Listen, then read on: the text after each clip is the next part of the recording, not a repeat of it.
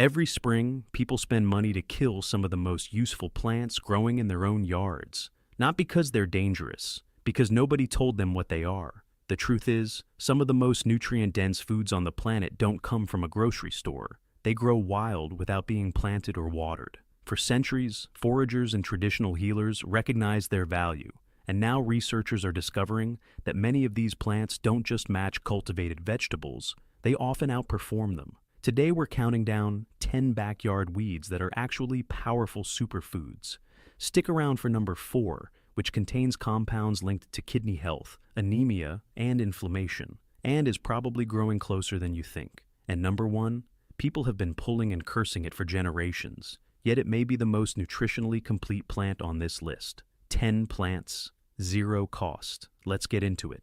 Number 10, red clover, the weed. You can eat from root to flower. Most people know red clover as a lawn pest or a vague symbol of luck. What almost nobody knows is that the entire plant is edible, and that eating it regularly puts a meaningful nutritional package into your body that most people never get from cultivated food. The flowers are the most valuable part, and there's something you can eat raw, right where they stand. Red clover blossoms contain a notable concentration of isoflavones, plant compounds that interact with estrogen receptors in the body. Clinical studies looking at these compounds have found measurable effects on hormonal balance, particularly for women navigating perimenopause. Reduced hot flashes, better sleep quality, fewer mood disruptions. The effect isn't dramatic in a single dose. It's cumulative, which is exactly how traditional herbal medicine always used it, consistently over time, not as a quick fix. But there's a nutrition story here that goes beyond hormonal support, and it's the part that tends to surprise people. Red clover blossoms are genuinely protein-rich for a flower, roughly 20 to 25% protein by dry weight. They contain meaningful amounts of calcium, magnesium, potassium, and B vitamins. The leaves deliver vitamin C, iron, and chlorophyll. When you dry the flowers and brew them as a tea, you get a mild, slightly sweet drink that carries those isoflavones and a reasonable antioxidant load. When you eat the fresh blossoms raw, you get the full nutritional profile intact. The young leaves work in salads or cooked like spinach. The dried flowers can be ground into a flour that adds protein to baked goods. Indigenous communities across North America used red clover as a food source, not a medicine cabinet supplement, because it was simply part of what was growing and worth eating. And the research on the anti-inflammatory properties of the flower's compounds keeps expanding. Studies have looked at cardiovascular markers, bone density support, and skin health, all areas where the isoflavones appear to play a real role. Number 9, wild violet, nature's vitamin C bomb. Wild violets are small, low-growing, and covered in deep purple flowers in early spring. Most homeowners wage annual war against them because they spread aggressively and resist herbicide better than almost any other lawn weed. The irony is that what makes them hard to kill is exactly what makes them worth keeping. They're one of the most vitamin C-dense plants growing at ground level in the temperate world. A single cup of wild violet leaves contains roughly 3 to 4 times the vitamin C of an equivalent amount of orange juice. That's not a rounding error. That's a plant that outperforms citrus at a compound that your immune system, your skin, your joints, and your collagen production all depend on. And it's growing in your lawn for free. Vitamin C from whole food sources comes packaged with cofactors that isolated ascorbic acid supplements don't provide. The violets also carry vitamin A in the form of beta-carotene, along with rutin, a flavonoid that strengthens capillary walls, reduces inflammation, and has been studied for its role in blood pressure regulation and circulation support. Rutin is actually used in pharmaceutical formulations in several European countries for vascular conditions. The leaves and flowers are both edible raw. The flavor is mild, slightly vegetal, and pleasant in a salad. The flowers make a visually striking addition to any dish, and they're not just decoration. They carry the same antioxidant compounds as the leaves. Cooked, the leaves wilt down like spinach and absorb whatever seasonings you add. Traditional use across Native American herbalism leaned on violet leaves for respiratory conditions. The leaves were used to make poultices for headaches and to brew teas for sore throats and chest complaints. Modern phytochemical analysis has found mucilaginous compounds in the leaves that coat and soothe mucous membranes, which gives that traditional use a reasonable biochemical explanation. The plant spreads because it's extremely good at surviving. It also happens to be extremely good for you. Those two things are not a coincidence. Number 8. Mallow, the plant that soothed emperors and his soothing gut linings.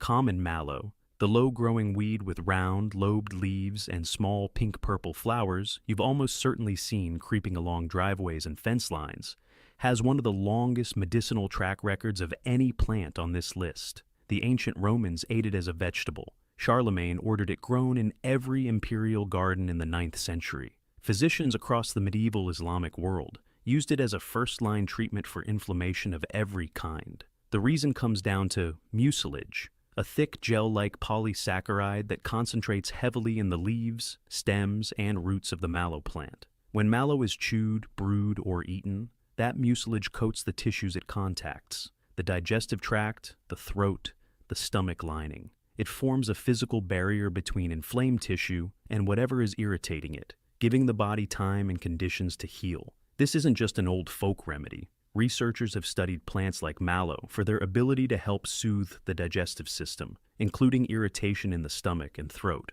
Mallow is especially rich in the natural compounds responsible for this effect, and unlike many over-the-counter remedies, it also provides valuable nutrients at the same time. The leaves are a meaningful source of vitamins A, C, and E, plus iron, calcium, and magnesium. The protein content is surprisingly high for a leafy green. Young mallow leaves cooked in olive oil taste remarkably close to spinach. In parts of the Middle East, especially Egypt and Lebanon, mallow has been eaten for thousands of years. It's often cooked with garlic and broth into a thick soup that's still considered comfort food today. This isn't a newly discovered superfood. It's a food some cultures never stopped eating, while others simply forgot about it. The flowers are edible raw.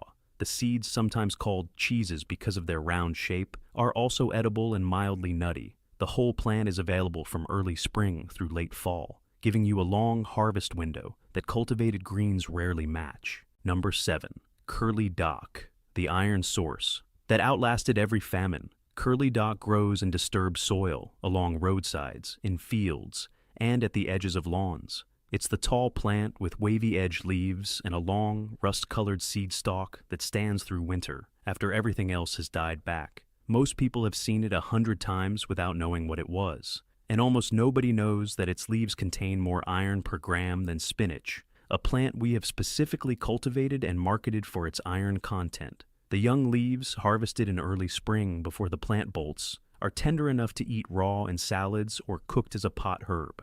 They have a tangy, lemony flavor from oxalic acid, the same compound that gives sorrel its characteristic tartness. That acidity is worth noting. Curly dock contains enough oxalic acid that people with a history of kidney stones should eat it in moderation. But for the vast majority of people, a reasonable serving of young leaves is nutritionally significant without any concern. The iron in curly dock is particularly interesting because the plant also contains vitamin C, which actively helps the body absorb non-heme iron from plant sources. It essentially packages the nutrient and the absorption enhancer together, something that cultivated greens don't consistently do. The leaves also deliver meaningful amounts of vitamins A, C, and K, along with beta-carotene and a range of polyphenols that have shown anti-inflammatory properties in research settings. Traditional herbalism used dock root extensively as a mild laxative, as a liver tonic, and for chronic skin conditions. The root contains compounds called anthraquinones that stimulate bile production and support digestion, which explains its use as a digestive bitter across multiple healing traditions. Curly dock has fed people through actual food scarcity. During the Irish famine, dock greens were one of the wild plants that people gathered to survive.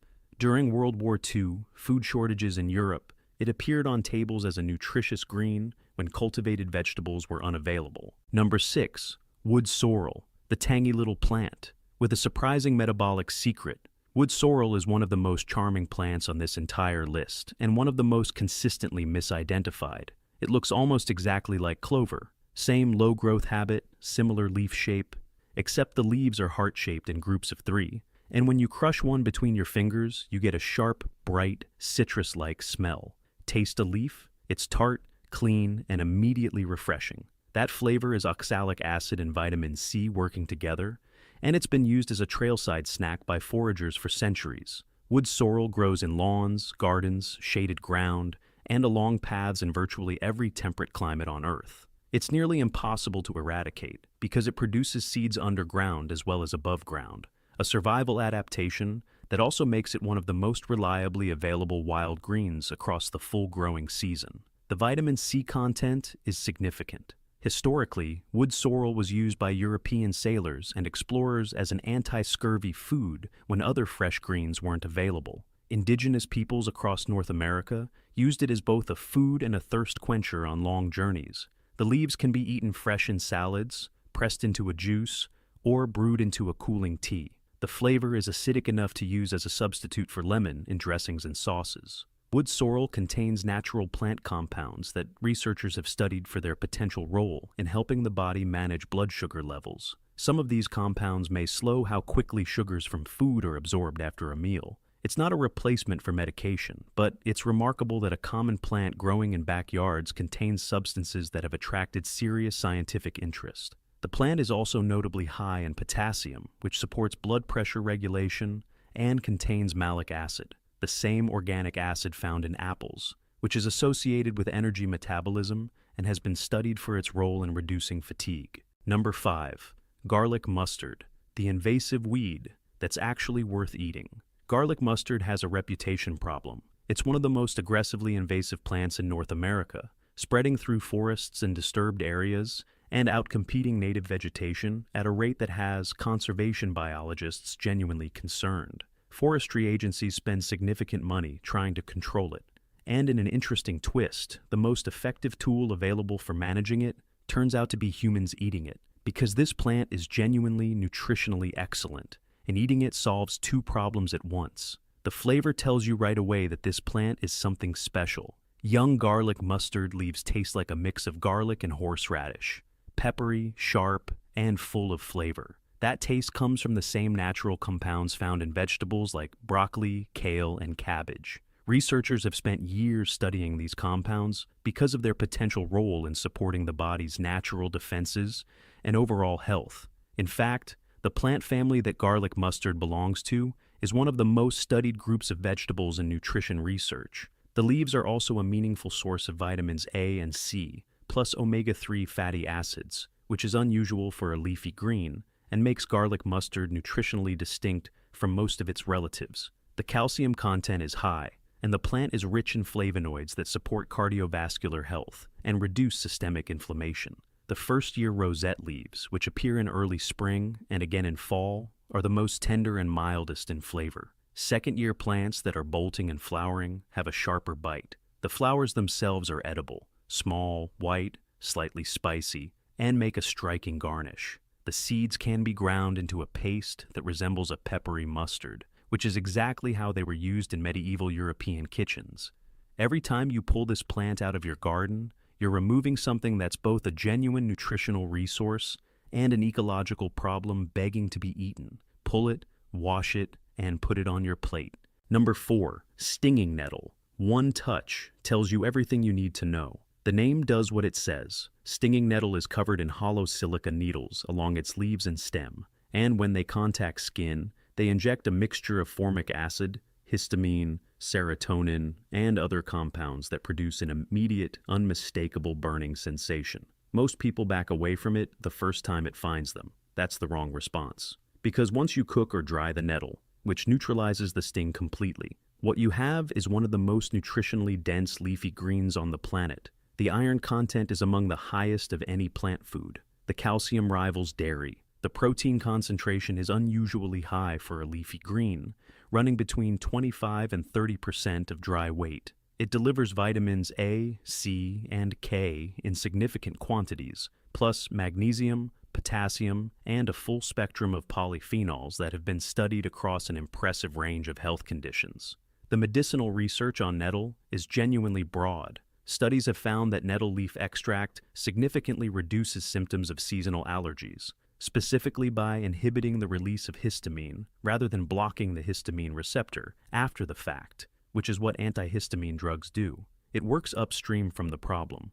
A randomized controlled trial found that freeze-dried nettle leaf produced measurable allergy symptom relief in the majority of participants, with a faster onset than most conventional options. Nettle root, which is a different preparation from the leaf, has been studied specifically for its effects on benign prostatic hyperplasia, the prostate enlargement that affects the majority of men over 60. Clinical trials have shown meaningful improvement in urinary flow and symptom reduction, results consistent enough that nettle root is included in standard phytotherapy protocols for this condition in several European countries. For kidney health, nettle has been used as a diuretic and kidney tonic across virtually every traditional medicine system that encountered it.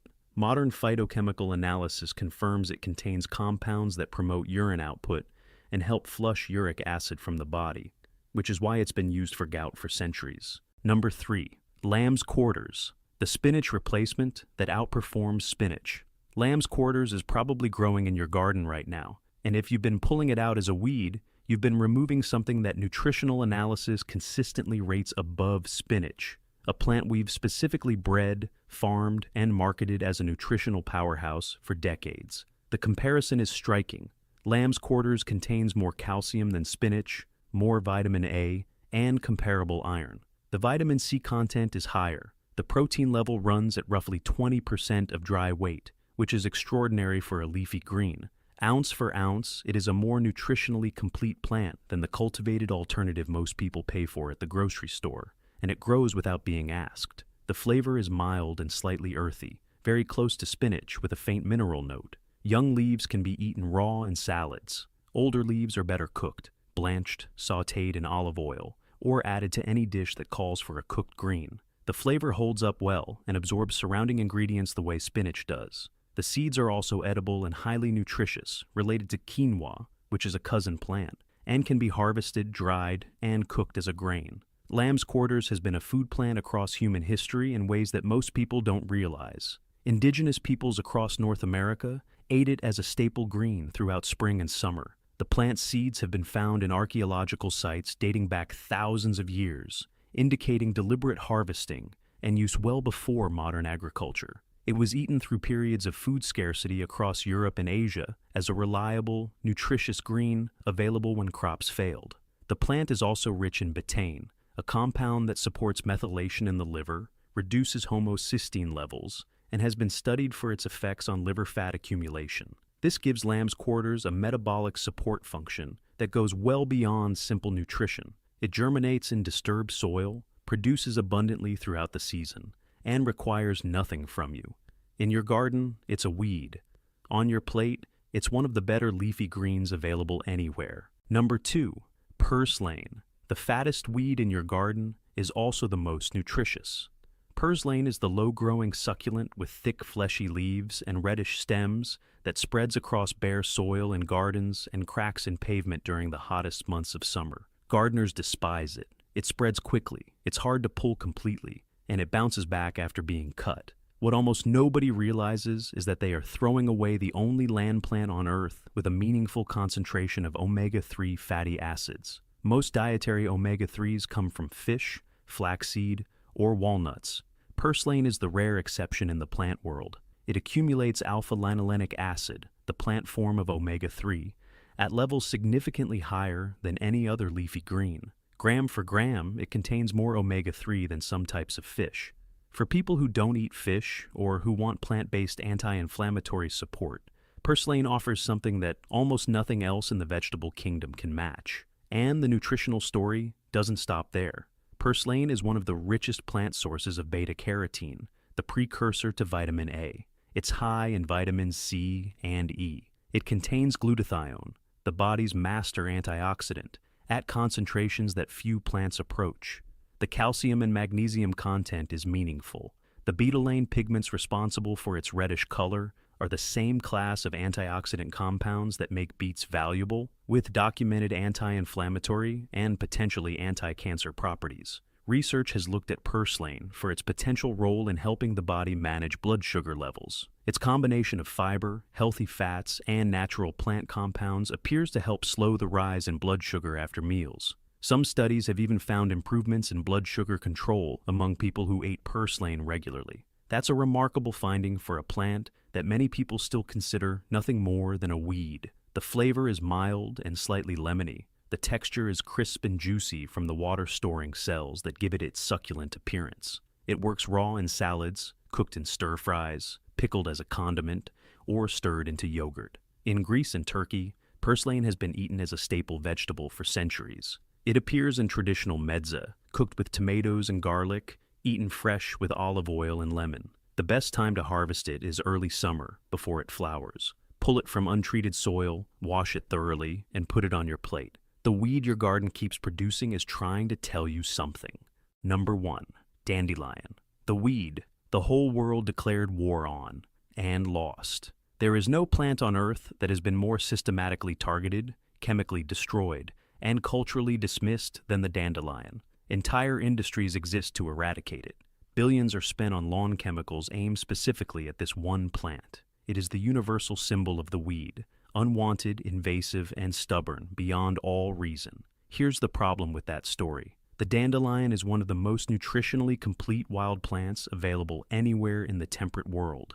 And it keeps coming back not because it's a pest, but because it is extraordinarily good at what it does, which includes producing leaves with a nutritional profile that embarrasses most cultivated vegetables by comparison. Raw dandelion greens contain more beta-carotene than carrots, more calcium than milk, gram for gram, more iron than spinach. They're a significant source of vitamins C, E, and K, and they contain a notable concentration of potassium alongside meaningful amounts of B, vitamins, and zinc. If you were designing a multivitamin from scratch and could only use one wild plant, the dandelion would be a serious candidate. Dandelion's benefits go far beyond basic nutrition. It contains natural compounds that support bile production and healthy liver function, which helps the body digest fats and process waste more efficiently. This helps explain why dandelion has been used for generations as a traditional liver-supporting herb. Modern research suggests those long-standing uses may have more than just tradition behind them. The root, which is where most of the traditional medicinal focus has been, contains inulin, one of the most potent prebiotic fibers in the plant world.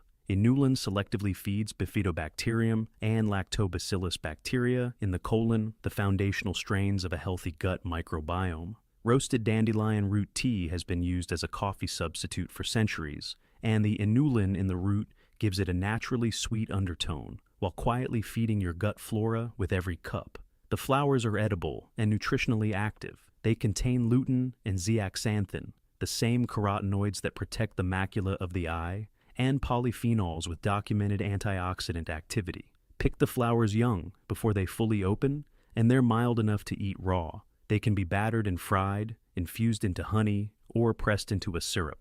Every plant on this list grows without permission. They thrive in neglected soil, push through cracks in sidewalks, and survive conditions that wipe out many cultivated crops.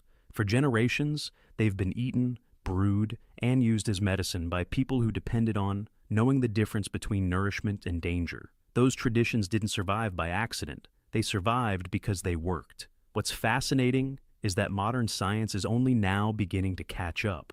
Researchers are isolating compounds, studying health effects, and confirming, one plant at a time, what foragers, herbalists, and traditional cultures discovered centuries ago through observation, experience, and a close relationship with the natural world. The next time you're pulling weeds from your garden or walking past an overgrown patch of ground, take a second look. What appears to be an unwanted nuisance might actually be a nutritious food source, a useful medicinal plant, or a species with a remarkable history hidden in plain sight. Some of the plants we spend the most time trying to remove are the very ones our ancestors valued and relied on. If this video changed the way you look at the plants around you, let me know in the comments which one surprised you the most. And if there's a topic you'd like me to cover in a future video, I'd love to hear your suggestions. If you found value in this video, give it a like, subscribe to the channel, and turn on notifications so you don't miss what's coming next. There's a lot more hiding in plain sight,